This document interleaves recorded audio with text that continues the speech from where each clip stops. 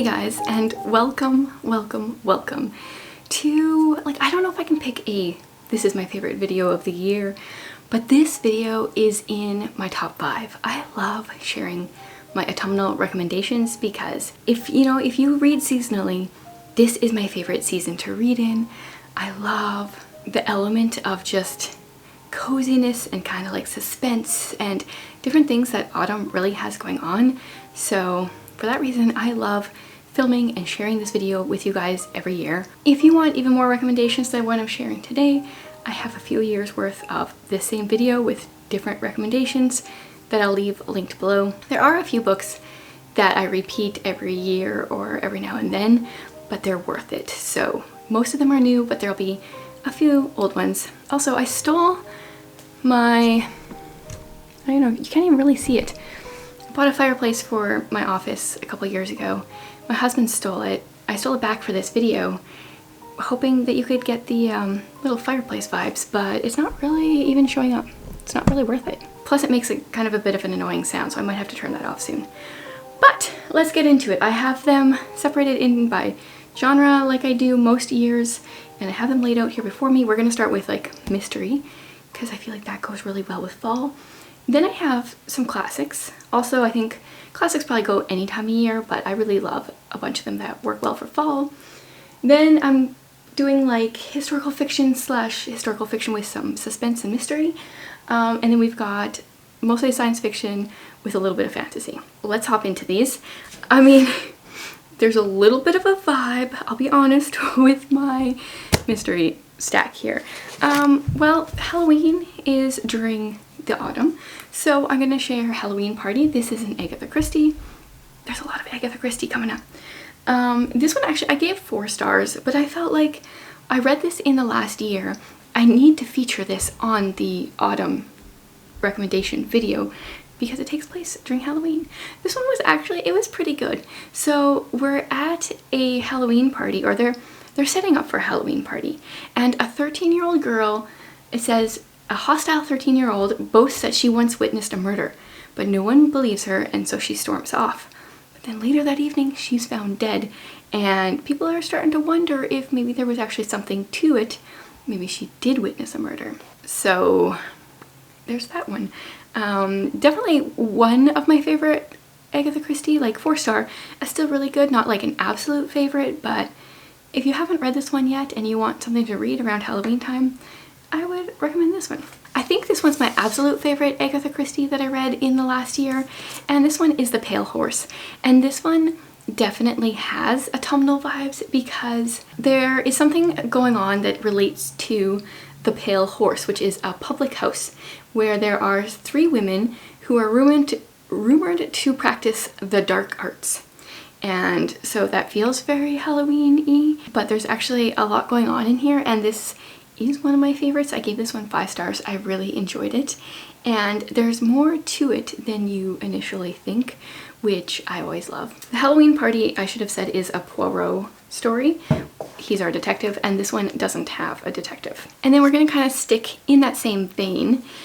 This here is Marple 12 New Mysteries. So these are 12 short stories that people have, well, 12 ladies have written with Miss Marple in them, and I really enjoy mystery short stories. I love Miss Marple. She is my favorite of Agatha Christie's characters. I did just read this one recently. I shared kind of in more detail, but some of these were 5-star stories for me. Some of them were 3. There was everything in between there as well.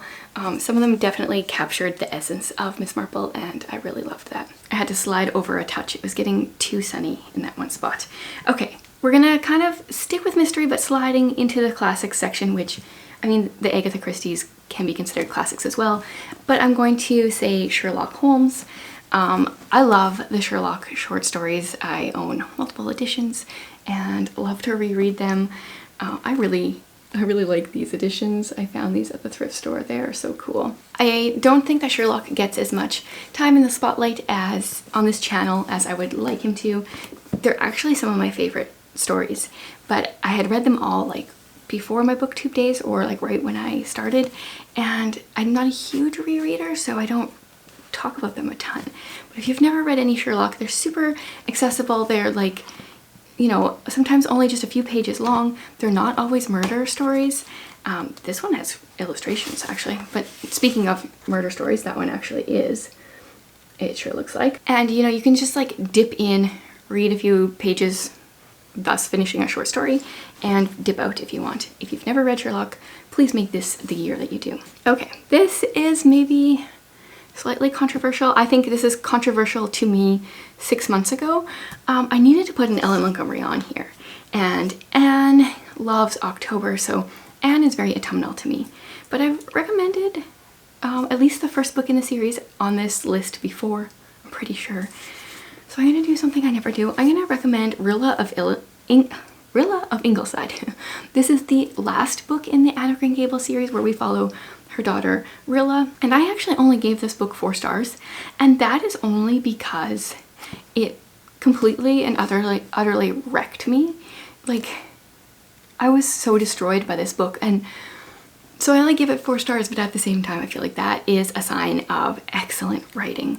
So we follow Rilla. She starts out, like, there's so much character growth in this book. She starts out as a very self-centered, I think 15-year-old girl, and this is right at the beginning of World War I, and then as the years go on, she definitely goes through a lot of growth. Man, I don't know if I will honestly ever reread this book because it wrecked me so much, but I think she did something really great with this book, and if you've never read it or the series, please start with Anne of Green Gables and read on. In my opinion, Anne of Green Gables is not the best one, so even if you don't love the first one, keep going, and hopefully you fall as much in love with the series as I have. Okay, now we're going into more darker kind of books. This one is We Have Always Lived in the Castle by Shirley Jackson. Shirley Jackson, not all her books are equal, but her good ones, in my opinion, she does a really good job of fulfilling like the gothic genre. She has this eerie element, just like an undertone that I really enjoy. So in this one we follow 2 sisters that live in a house. So a bunch of people, like their relatives, died in this house years before, and the rumor is that the one sister killed them. And we mostly follow the younger sister. So the rumor is that the older sister killed them, so they're kind of like awkwardly shunned by their neighbors, but like a few people come and visit them, and there's just some creepy vibes happening throughout the story. I enjoyed it. It's maybe not like one of my absolute favorites by her, but I'm sure no, I think it would be one of my absolute favorites. It's up there for sure. I love The Lottery, that short story by her as well, but I think I've put it on this list at least once or twice, so I tried to branch out a little bit. Another short little classic, and this one also could have gone in the mystery section, is Whose Body by Dorothy L. Sayers. So this is the first in the Lord Peter Wimsey series. He is a rich young guy, I think, and he becomes the detective. I don't think he's like actually a detective. It's been a while since I read this one, and I have not continued this series, much to the chagrin of some of my subscribers. I'm sorry to say. I do mean to continue it. So in this one, a body is found in a bathtub, and there are some sketchy things going on. Meanwhile, somebody is missing, and I don't really want to say much. It's a very short, like my edition is less than 200 pages, very short mystery, so I don't want to spoil anything. Okay, after or right around the same level as Shirley Jackson to me is Daphne du Maurier as far as gothic writing goes, and I want to recommend My Cousin Rachel. I read this one, I think in the winter, and once again, she continues those gothic vibes very well. Not all her books are created equal either. Some of them are kind of terrible, but I really enjoyed this one. So we follow a kind of like young man who has been raised by his older cousin, and he will be inheriting his cousin's estate whenever his cousin dies. And his cousin goes to Italy, gets married, and kind of sends some letters that make things seem a little sketchy, and then his cousin goes on to die while he's in Italy. And so our main character, who I should know his name, but for some reason it's not coming to me, he goes to try to figure out what was going on, what happened, if everything was on the up and up. And I feel like Daphne du Maurier does just such a good job of making it feel a little unsettling, and I really enjoy that. Okay, so these next 3 are the ones that I would say are like historical fiction, suspense slash maybe a little bit of mystery and some creepy vibes. So of course we have to have a Jamie Jo Wright on here. I think one of hers have ended up on every one of these lists. This one is The Premonition at Wither's Farm. So her books are dual timeline, and in this one, the main time, or like the present day timeline, our main character and her husband just move into this farmhouse. And just to, you know, start the creep factor out, the farmhouse foundation is made out of old tombstones. I love that she took something that is actually, like, actually happened, and has just upped the creep factor with this book. And then our main character, I think her name is Molly. She is kind of uncovering a few, or noticing a few, what's the right word, suspicious things going on at the farm. And then we also are in 1910 with a woman who is a self-proclaimed healer. Really, she's kind of, her healing is a little off, I'll say that. And during this time, some of the women in her neighborhood are being murdered. So I think the guy is called like the Cornstalk Killer because he's killing women in cornfields, and she lives right by them. Really, really good for fall reading, especially if you want to read it like right after you do a corn maze in the evening or something. That would totally up the creep factor. Oh man, this one like gives me heart palpitations just thinking about it. This is The Lost Melody by Joanna Davidson Politano, and this book, it's set in the Victorian era. Our main character, her father dies, and she didn't really love him. He wasn't the nicest guy.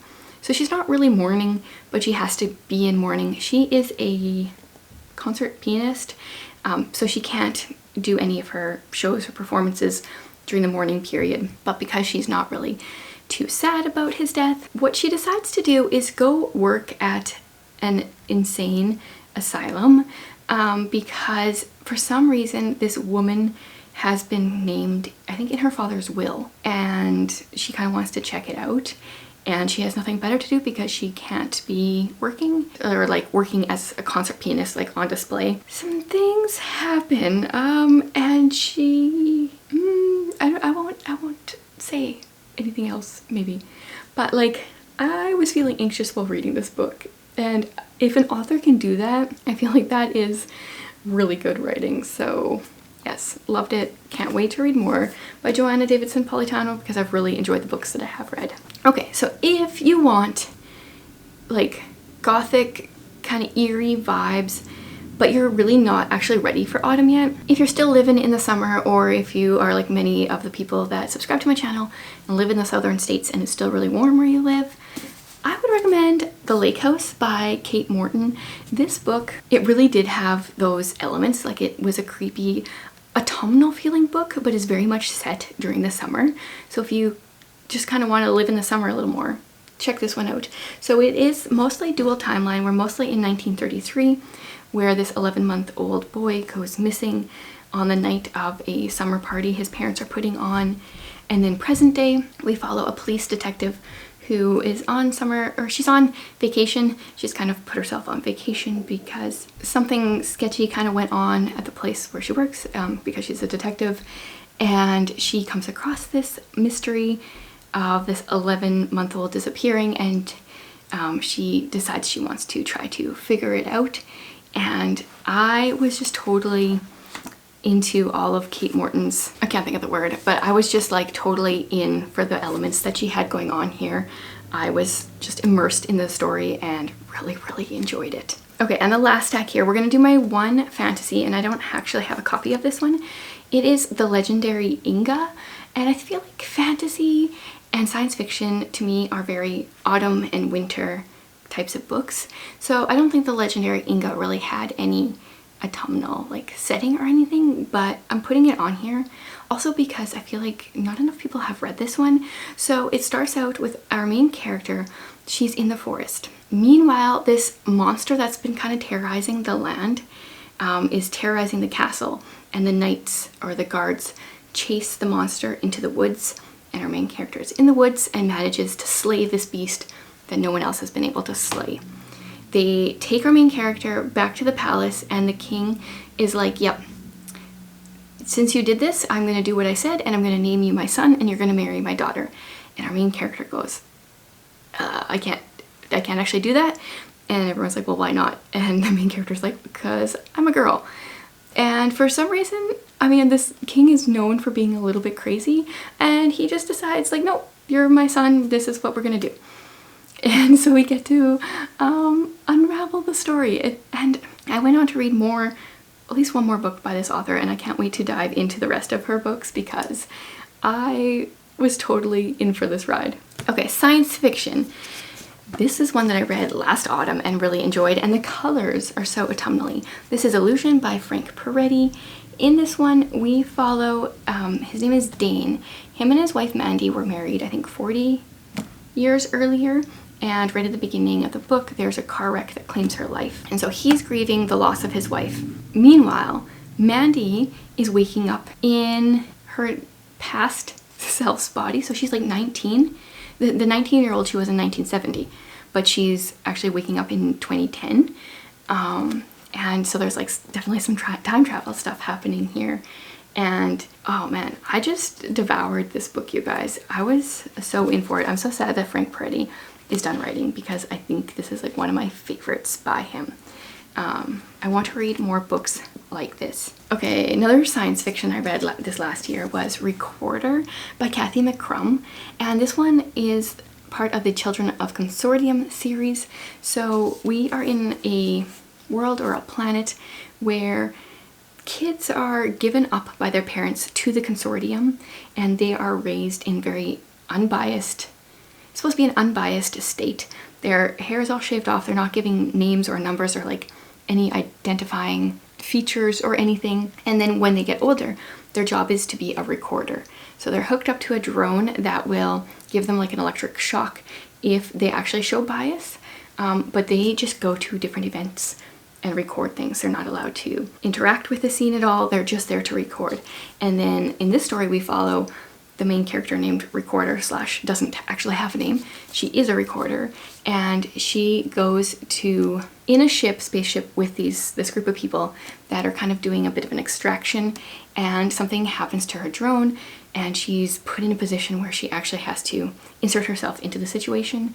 And for the first time in her life, in this place where she's not kind of hooked up to her drone, she's not punished for showing emotion or bias. And I just loved like the psychology behind the story. Really enjoyed it. Also very autumnal colors. And I think the last one on my list is so very different. This is a YA alternate history story. So this is My Lady Jane. So this is about Lady Jane Grey, except it's a very different story.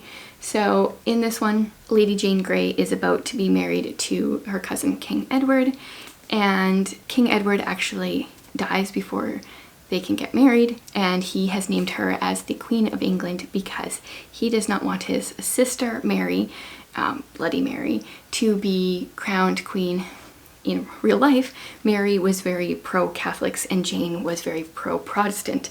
In this fantastical story, there's certain people that can turn into animals, that have the ability to turn into each one a specific animal, and Jane is okay with that and people being able to do that, and Mary is not. Mary wants to kill all the people that are like that. And so yeah, this is still the first book that I've read in this series. I enjoyed it.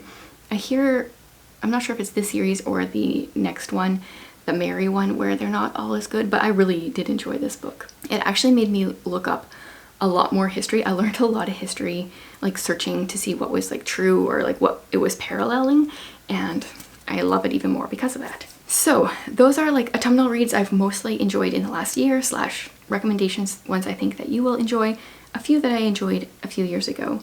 Let me know some of your favorite autumnal reads, maybe some that you have on your TBR for this year, some stuff that you think I will enjoy based off of these recommendations. Thanks so much for being with me for another year, you guys.